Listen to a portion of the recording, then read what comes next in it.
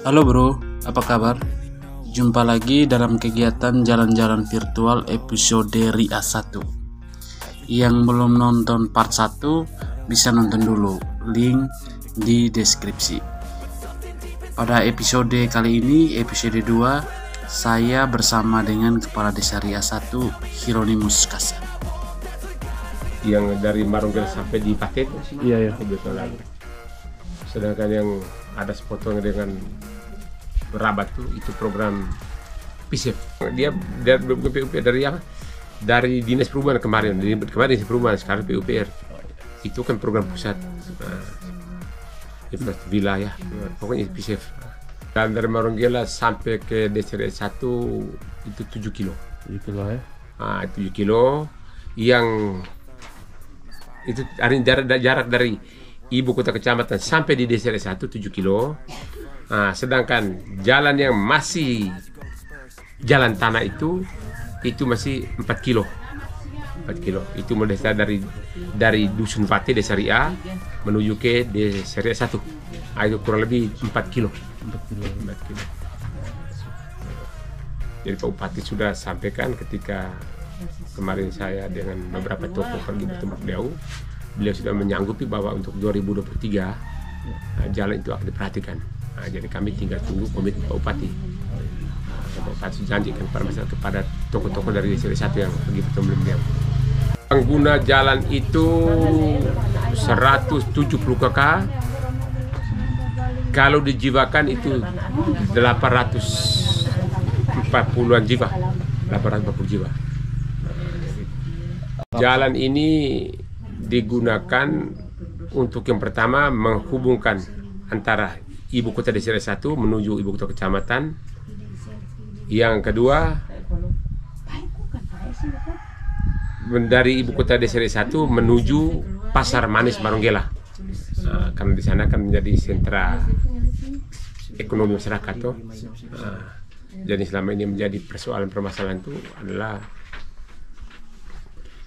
jalannya belum bagus, sehingga banyak komoditi-komoditi yang ada di Desa RIA 1 terkadang para tengkulak ini mereka bermain harga seenaknya saja.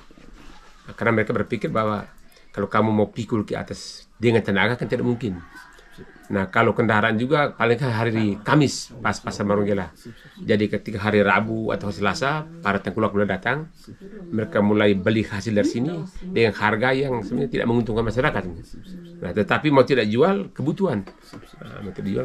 Akhirnya mereka terpaksa jual. Seperti itu.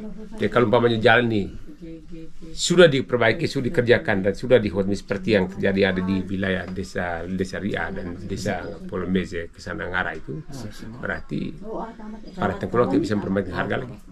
Karena masyarakat langsung dari desa langsung jual ke pasar. Di sini potensi kalau di bidang pertanian itu padi, jagung,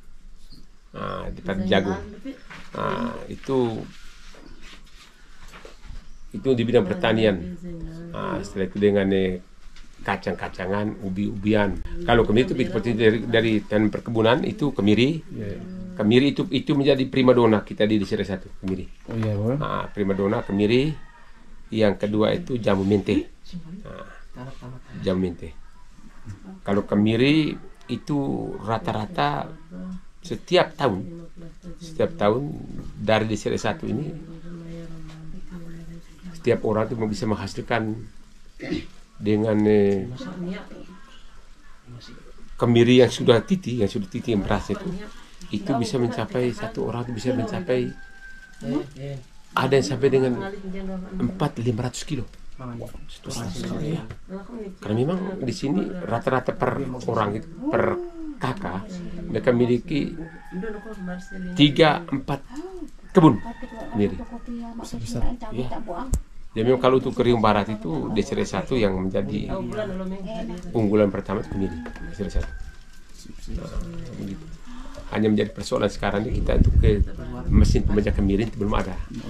Jadi sudah saya usulkan lewat Dinas Perdagangan dan Perindustrian dan Pak Kadis sudah menjanji kepada saya bahwa untuk 2022 ini desa satu akan mendapat bantuan 2 mesin peminjak miri. Nah, jadi kita harapkan seperti itu bisa ditanggulangi.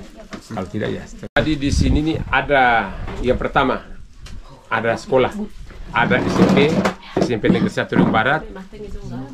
SMP Negeri 1 Riung Barat itu dibangun tahun 2013.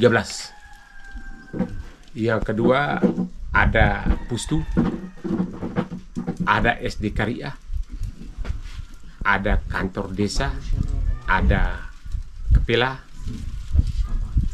ada ya, kalau untuk fasilitas umum ya itu saja. Nah, seperti itu. Kalau desa Ria 1 ini itu pemekaran dari desa Ria.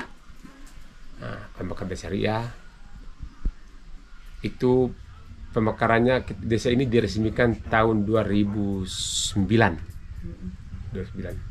Tetapi wacana pemekarannya itu sudah mulai dari 2005. 2005 wacananya, setelah itu mulai dengan 2006, 2007, nah itu kita mulai lakukan pembentukan dusun-dusun. Untuk persiapan itu RT kita mulai mekar, dusun kita mulai mekar, sehingga di sini ada 4 dusun di desa Ria 1 ini. Nah, memang dulu kita akan bergabung dengan desa Ria. Nah, seperti itu. Jadi usia desa ini kurang lebih sudah 13 tahun. Desa pertama itu Bapak Ambros Nange. Nah, Bapak Ambros Nange dia mulai tahun 2010 sampai 2016. Nah, setelah saya dilanjutkan dengan saya 2016 sampai dengan 2022 ini Desember tanggal 20 Desember saya sudah berakhir jabatan saya sebagai kepala desa. Awal memang saya tidak siap untuk maju, tidak mau, karena saya lebih suka berwira swasta, lebih aman toh, nyaman. Sangat. Nah, tetapi ketika pada waktu itu masyarakat menghendaki supaya saya maju, sehingga mereka ingin perubahan, karena memang ini kan desa baru tuh, desa pemekaran tuh. Jadi selama kurang lebih 1 tahun satu masa jabatan Bapak Desa Bapak pada waktu itu, ya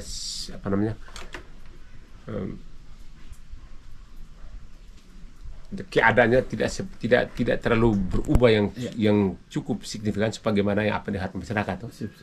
Sehingga masyarakat menghendaki supaya perlu ada perubahan. I feel nauseous, believe me.